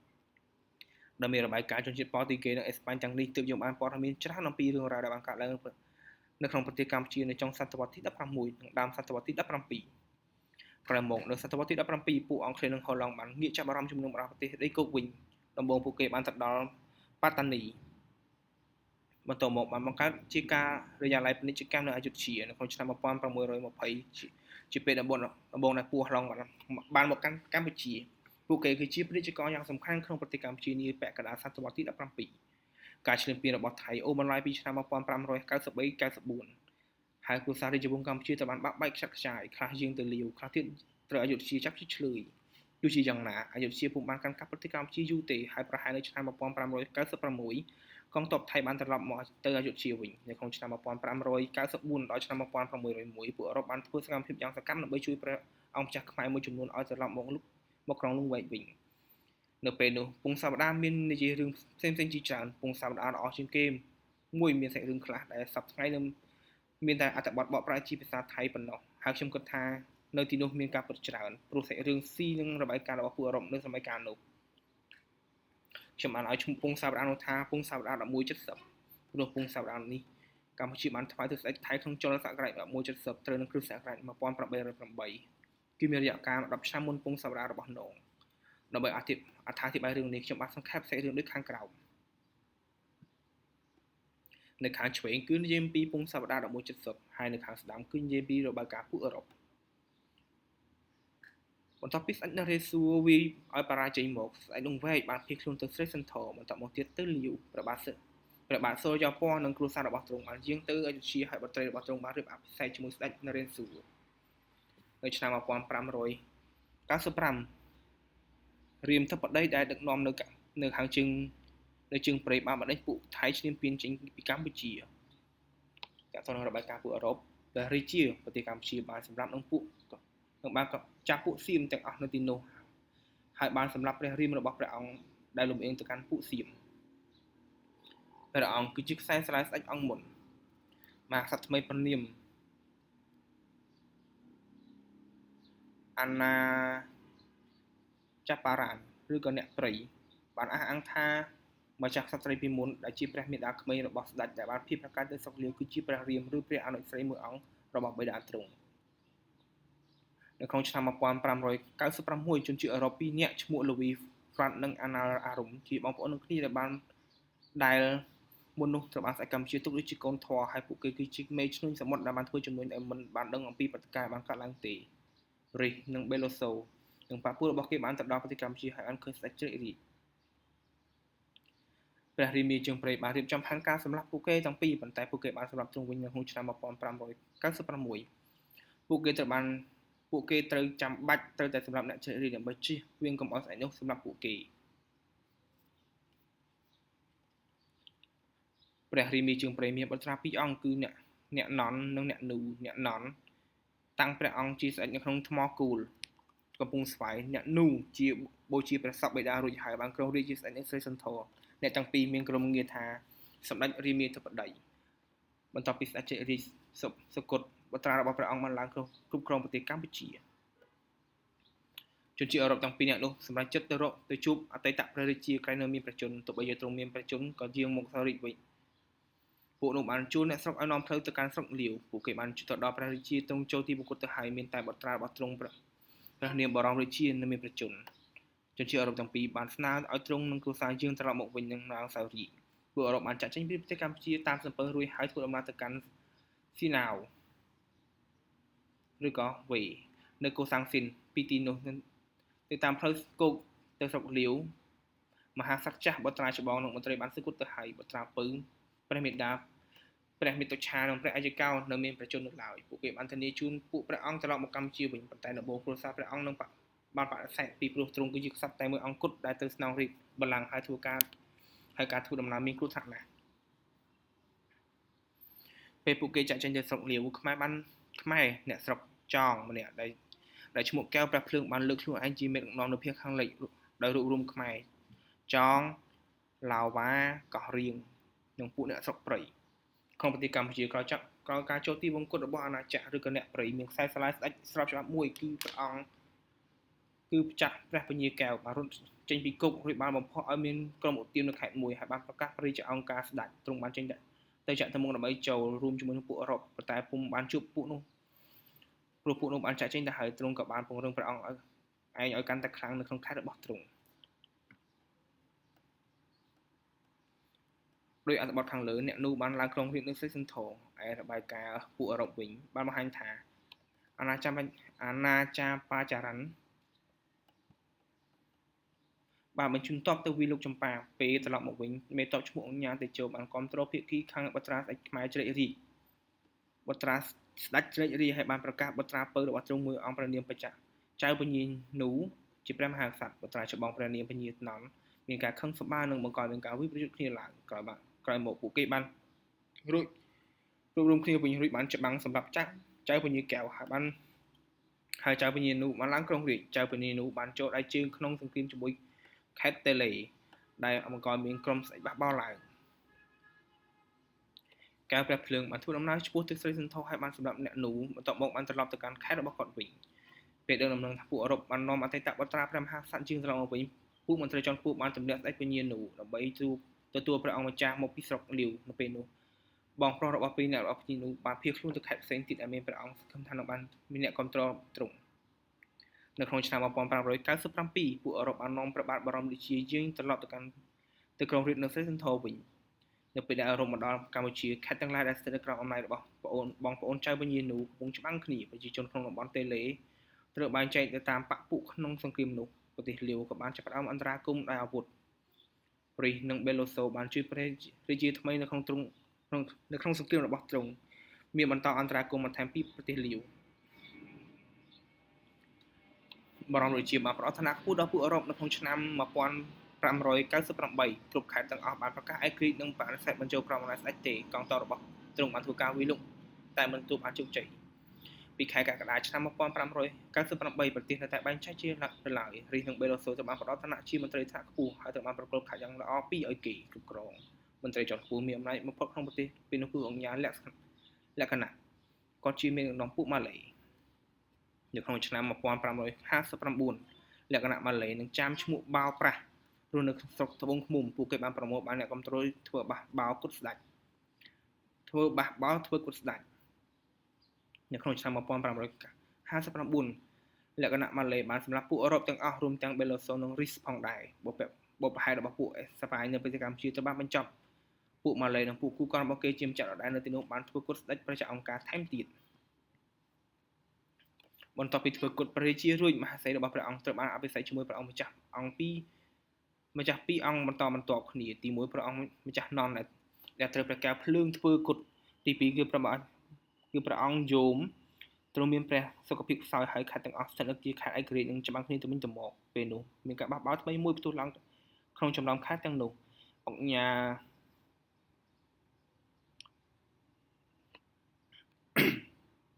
លក្សមាម៉ាណានិងបពួករបស់ជនជាតិម៉ាឡេត្រូវបានបណ្ដេញទៅចម្ប៉ានិងសម្លាប់រាជាណាចក្រនៅតែមានចលាចលដដែលហើយគ្មានខ្សែស្រឡាយបត្រារបស់ព្រះចៅអង្គការដែលស្គត់នៅលាវនោះក្រុងរាជទីពេលនោះម្ចាស់ក្សត្រីមានព្រះតម្រិះថាគ្រួសាររាជវង្សកម្ពុជាត្រូវបានវិនិច្ឆ័យពូជពងមានតែព្រះបាទសូរ្យពណ៌មួយអង្គគត់ដែលនៅជាប់ខ្សែស្រឡាយរាជវង្សស្ដេចនរាសួងបានយកទ្រង់ទៅប្រទេសសៀមទៀតព្រះម្ចាស់ក្សត្រីក៏បានផ្ញើរាជសារដើម្បីសុំទ្រង់យាងត្រឡប់មកវិញនរាសួងបានបញ្ជូនព្រះអង្គឲ្យត្រឡប់មកវិញជាមួយនឹងបរិវារអ្នកបម្រើរបស់ទ្រង់រួចបានរៀបចំកប៉ាល់យាងត្រឡប់មកកាន់ផ្លូវសមុទ្រពួកមន្ត្រីជាន់ខ្ពស់កម្ពុជាបានស្នើសុំបងប្អូនម្នាក់របស់ព្រះរាជាដែលត្រូវស្ដេចនរាសួងចាប់យកទៅអយុធ្យាពួកគេបានដោះលែងព្រះអង្គនិងបានឲ្យមនុស្ស6000នាក់ដើម្បីជួយទ្រង់ព្រះបាទសូរ្យពណ៌បានជាងមកដល់ប្រទេសខ្មែរវិញនៅក្នុងឆ្នាំ1601រាជធានីដំបូងព្រះអង្គគឺនៅកោះស្លាកែតព្រះអង្គបានឡើងសោយរាជនៅស្រីសន្ធរហើយទ្រង់បានពង្រឹងឲ្យមានសន្តិភាពក្នុងបង្រួបខេត្តទាំងឡាយចំណុចស្របគ្នាទៀតរវាងពងសប្តាហ៍1170និងរបាយការណ៍ពួកអឺរ៉ុបគឺផ្ដោតសារៈសំខាន់ទៅលើជនជាតិម៉ាឡេនិងចាមពួកអឺរ៉ុបបានផ្ដល់ព័ត៌មានពីពួកនោះលម្អិតជាងពងសប្តាហ៍ផ្សេងទៀតដែលមិនយកចិត្តទុកដាក់ទៅលើការនិយាយអំពីពួកនោះទេរឿងរ៉ាវទាំងនោះមាននៅសល់នៅក្នុងពងសប្តាហ៍1170ដែលបានបន្តដល់ចុងរាជព្រះបាទស្រីសូរ្យពណ៌និងទំនងជាបញ្ជាក់បន្ថែមថាពងសប្តាហ៍ទាំងនេះបានស្រង់ចេញពីឯកសារដើមដែលបានសរសេរឡើងសឹងតែនៅក្នុងសម័យជុំគ្នានឹងពេលដែលព្រឹត្តិការណ៍នោះបានកាត់ឡើងរឿងដែលបានលើកមកពិចារណាគឺលើផ្នែកអំពីការរៀបចំនគរឡើងវិញរបស់ព្រះបាទសូរ្យពណ៌និងការបង្កើតឡើងវិញនៅអាជ្ញាធរត្រួតត្រាលើខេត្តទាំងឡាយដែលជាដែនដីរបស់ព្រះអង្គការស្ថាបនារាជធានីថ្មីនៅលវាឯមការអភិសេករាជរបស់ទ្រង់និងការតែងតាំងតាក់ទងនឹងរាជថ្មីនោះព្រមទាំងការពិពណ៌នាអំពីពិធីបុណ្យប្រចាំខែជារៀងរាល់ឆ្នាំវងសប្តាហ៍នេះបានបញ្ជាក់ត្រឹមការដាក់រាជរបស់ព្រះបាទស្រីសូរ្យពណ៌ទៅឲ្យបត្រារបស់ទ្រង់ព្រះនាមជាថានៅក្នុងឆ្នាំ1618ការបរិច្ឆេទឆ្នាំនេះស្របទៅនឹងពងសាវតារបស់នងគួរក៏បីក៏សម្គាល់ថាការដាក់រាជរបស់ទ្រង់នេះគឺដោយសារពុំរងចាំពេលវេលាយើងចូលទីបង្គត់របស់ព្រះរាជាចាស់ឬក៏អាចជាការបន្តធ្វើតាមប្រពៃណីអំពីស្ដេចអង្គរចុងក្រោយ3អង្គដែលមានព្រះនាមក្នុងស្រាឆ្លងអង្គរដែលហេតុការណ៍នេះពុំមានលើកមកនិយាយក្នុងពងសប្តាហ៍ទេចាប់ពីឆ្នាំ1346ដល់សតវត្សទី16ដែលពងសប្តាហ៍1170ទំនងជាមានការពិតច្រើនខ្ញុំគិតថាយើងគួរតែយកចិត្តទុកដាក់លើការព័ត៌មានក្នុងពងសប្តាហ៍នេះអំពីការរៀបរាប់អភិសេកបត្រារបស់ព្រះបាទស្រីសូរ្យពណ៌គឺព្រះអង្គម្ចាស់ជាថាជាបុត្រីវៀតណាមក្នុងគ្រិស្តសករាជ1616ពងសប្តាហ៍បាននិយាយថាមន្ត្រីវៀតណាមជាន់ខ្ពស់ថ្នាក់ដឹកនាំលំដាប់ទី1មានទម្លាប់ថ្វាយស៊ុយអាសាអាកោដល់ស្ដេចវៀតណាមនៅតំបន់តុងកឹងជារាល់ឆ្នាំដោយគ្មានអខានឡើយនៅក្នុងខែ11មន្ត្រីជាន់ខ្ពស់នោះបានបះបោរប្រឆាំងនឹងតុងកឹងនិងបានលើកខ្លួនជាស្ដេចគាត់មានកូនស្រី2នាក់កូនស្រីម្នាក់គាត់ថ្វាយទៅឲ្យស្ដេចតំបន់ឡានចាងប៉ុន្តែគេមិនស្គាល់ឈ្មោះព្រះនាងទេហើយកូនស្រីម្នាក់ទៀតឈ្មោះព្រះនាងចៅបានថ្វាយទៅឲ្យព្រះបាទស្រីសូរ្យពណ៌ដោយទ្រង់ចាស់ណាស់ទៅហើយមិនស័ក្តិសមនឹងព្រះនាងចៅដូច្នេះព្រះអង្គបានប្រគល់ព្រះនាងចៅ តើប្រចាស់ជាថាជាបត្រាពួកគេទាំងពីរបានអភិសេកហើយបេតារបស់ព្រះនាងចៅបានបញ្ជូនសួយអាកោមកកម្ពុជានិងបានស្នើសុំទិញដំរីនិងម្រ័ក្សខ្មុកដែលគាត់ត្រូវការព្រះបាទសូរ្យាពណ៌បានយល់ព្រមតាមសំណើនេះចំពោះវៀតណាមរឿងនេះជាការឆ្លុះបញ្ចាំងជាក់លាក់មួយពីការបែកបាក់រវាងត្រិញនិងងៀនដែលជាការបច្ឆិតត្រឹមត្រូវជាងគេទំនងនៅក្នុងឆ្នាំ1620ហើយបានបង្ហាញយ៉ាងច្បាស់អំពីទូនាទីរបស់កម្ពុជាដែលជាអ្នកផ្គត់ផ្គង់ដំរីសម្រាប់កងទ័ពងៀនតាមសៀវភៅមួយក្បាលបានរៀបរាប់នៅដើមសតវត្សទី19ថាកម្ពុជាជាប្រភពផ្គត់ផ្គង់សត្វដំរីយ៉ាងសំខាន់និងថាជាការស្វែងរកប្រភពផ្គត់ផ្គង់ដំរីដែលទុកចិត្តបានដកចុកក្នុងគំនិតអ្នករៀបចំផែនការកងទ័ពវៀតណាមនៅពេលនោះរឿងនេះប្រហែលជាកត្តាមួយជំរុញឲ្យមីងម៉ាំងលោកលើកឈ្លានពានកម្ពុជាដល់លាវនិងកម្ពុជានាសតវត្សទី19ទោះបីជាកំណត់ហេតុវៀតណាមគ្មានអំណាចពីការលើកឡើងអំពីម្ចាស់ក្សត្រីពីរអង្គនេះក៏ដោយអំណាចពងសប្តាហ៍1170បានបង្ហាញថាជំនឿរបស់ប្រជាជនកម្ពុជាប្រហែលជាផ្អែកលើមូលដ្ឋានព្រឹត្តិការណ៍ពិតមួយនៅពេលដែលពួកងៀនកំពុងតែត្រូវការចាំបាច់នៅផលិតផលពីកម្ពុជាទោះបីជាមានព្រឹត្តិការណ៍អ្វីក៏ដោយរឿងរ៉ាវក្នុងពងសប្តាហ៍1170ទំនងជាក់ជាសរសេរឡើងក្នុងពេលដែលមានការឈ្លានពានរបស់វៀតណាមមិនទាន់ចោទជាបញ្ហាធ្ងន់ចំពោះកម្ពុជានៅឡើយគឺប្រហែលជាមុនចុងសតវត្សទី17រឿងនេះបានបង្ហាញថាវៀតណាមបានស្នើសុំការអនុគ្រោះពីកម្ពុជាមិនមែនកម្ពុជាស្នើសុំជំនួយដល់ការដោះដូរទឹកដីឲ្យវៀតណាមទេក្រោយពេលវៀតណាមកាន់កាប់ដែនដីចាស់មួយផ្នែករបស់ចម្ប៉ានៅតំបន់កណ្ដាលប្រទេសមកមានការលំបាកក្នុងការគ្រប់គ្រងតំបន់ដីពីហាណូយមកហេតុនេះគេបានបញ្ជូនគ្រួសារអភិបាលខេត្តមួយទៅឲ្យគ្រប់គ្រងនៅពីខាងត្បូងដែលមានរាជធានីនៅក្នុងទីក្រុងវេពួកគេបានហៅពួកនេះថាងៀងនៅខាងជើងពួកគេគ្រួសារដែលគ្រប់គ្រងទីនោះមានឈ្មោះថាត្រិញមានគ្រួសាររាជវង្សលេផងដែរដែលពុំមានអំណាចច្រើនទេអំណាចនយោបាយប្រកបកាន់ដោយត្រិញនៅពីខាងជើងនិងងៀននៅពីខាងត្បូងនោះមានន័យថារាជវង្សលេដែលគ្រងរាជក្នុងឆ្នាំ1428នៅបន្តកាន់អំណាចជាផ្លូវការប៉ុន្តែក្រោយដើមសតវត្សទី16ប្រជាអធិរាជនេះគ្រាន់តែជីកទីងមូងគណៈដែលអំណាចប្រកបស្ថិតនៅក្នុងដៃព្រះអង្គម្ចាស់ត្រិញនៅពីខាងជើងវៀតណាមខាងត្បូងនៅពេលនោះជុំវិញទីក្រុងវេមានគ្រួសារអភិជនមួយទៀតគឺងៀនបានកាន់កាប់អំណាចនិងពង្រីកទឹកដីឲ្យច្បាំងឈ្លានពានចាមហើយនៅទីបំផុតពួកគេបានទន្ទ្រានដល់កម្ពុជាទៀតត្រិញនិងងៀនបានច្បាំងគ្នាអស់រយៈកាលជាង100ឆ្នាំរហូតដល់ប្រហែលជា1670រឿងនោះមានន័យថានៅពេលដំបូងកម្ពុជាបានចាប់ផ្ដើមទាក់ទងនយោបាយជិតស្និទ្ធជាមួយវៀតណាមក្នុងដើមសតវត្សទី17វៀតណាមមិនទាន់បានរួបរวมនៅឡើយខាងត្បូងសិទ្ធិក្រោមអំណាចរបស់ងៀនកំពុងទទួលរងនឹងការវាយប្រហារពីខាងជើងដូច្នេះនៅក្នុងរឿងរ៉ាវពងសប្តាហ៍1170ខាងលើដែលថាងៀងបានបញ្ជូនបុត្រីមួយអង្គដើម្បីដោះដូរដំរីប្រហែលជាពិតប្រាកដមែនហើយរឿងរ៉ាវផ្សេងទៀតនៅក្នុងពងសប្តាហ៍ផ្សេងទៀតដែលកម្ពុជាបានស្នើម្ចាស់ក្សត្រីឬសុំជំនួយពីវៀតងៀនប្រហែលជាមិនពិតទេពេលនោះនៅក្នុងឆ្នាំ1619ងៀនពុំមានកម្លាំងខ្លាំងគ្រប់គ្រាន់ដើម្បីបង្កបញ្ហាដល់កម្ពុជាទេរបាយការណ៍ពួកអឺរ៉ុបពីសម័យកាលនោះឈ្មោះកូសាំងស៊ីនមានន័យថាវៀតណាមរបស់ពួកងៀនយោងតាមពងសប្តាហ៍ខ្លះវៀតណាមបានស្នើសុំខ្ចីកន្លែងគយមួយចំនួននៅព្រៃនគរនិងកំពង់ក្របីជាថ្នូរនៃការថ្វាយបុត្រីវៀតណាមហើយមានពងសប្តាហ៍មួយទៀតបាននិយាយថាពួកគេបានស្នើខ្ចីខេត្តទាំងនោះដើម្បីធ្វើហត្ថទាហានច្បាំងចិនដែលនោះមិនមែនជាការពិតទេយ៉ាងណាមិញក្នុងសៀវភៅលោកម៉ាក់ភឿនយើងឃើញថាបារីនិងដូណៃឆ្ងាយទៅភាគខាងជើងសៃកលស្ថិតនៅក្នុងភាគផ្នែកនៃទឹកដីកម្ពុជារហូតដល់ឆ្នាំ1690ហើយរឿងដែលថាវៀតណាមយកទឹកដីកម្ពុជាក្នុងឆ្នាំ1620ទំនងជាមិនពិតទេលោកម៉ាក់ភឿនបានទទូចស្នើថារហូតដល់ចុងសតវត្សទី17តំបន់កូសាំងស៊ីនក្រោមទាំងអស់វៀតណាមខាងត្បូងបច្ចុប្បន្នឬកម្ពុជាក្រោមនៅតែជាផ្នែកមួយនៃទឹកដីកម្ពុជាគ្មានព្រំដែនរួមរវាងវៀតណាមកម្ពុជាទេនៅក្នុងឆ្នាំ1611ងៀនបានវាយទីដល់ជ្រោយវ៉ាឡេឡាប៉ុន្តែនៅមានអាណាចក្រចម្ប៉ានៅឡើយនៅចន្លោះកម្ពុជានិងវៀតណាមទោះបីជានៅមានប្រជាជននិងពួកអ្នកតាំងទីលំនៅវៀតណាមមួយចំនួនលើទឹកដីកម្ពុជាក៏ដោយក៏មិនទាន់មានការត្រួតត្រានយោបាយវៀតណាមលើកម្ពុជាឡើយអន្តរាគមន៍យោធារបស់វៀតណាមលើតំបន់ប្រទេសកម្ពុជាគឺនៅក្នុងឆ្នាំ1658ដើម្បីជួយស្ដេចកម្ពុជាមួយក្រុមក្នុងការផ្ដួលរំលំស្ដេចមួយអង្គទៀតដែលបានបដូរទៅកាន់សាសនាអ៊ីស្លាមតើតើនឹងជាមួយនឹងចំណុចនេះខ្ញុំសូមបញ្ចប់ហើយបន្តទៀតនៅពេលវេលានឹងម៉ោងដដែលនៅចំណុចបន្ទាប់ទៀតដែលនិយាយអំពីសតវត្សទី17អញ្ចឹងខ្ញុំសូមគោរពលានិងអរគុណប្រិយមិត្តដែលបានស្ដាប់បាយបាយ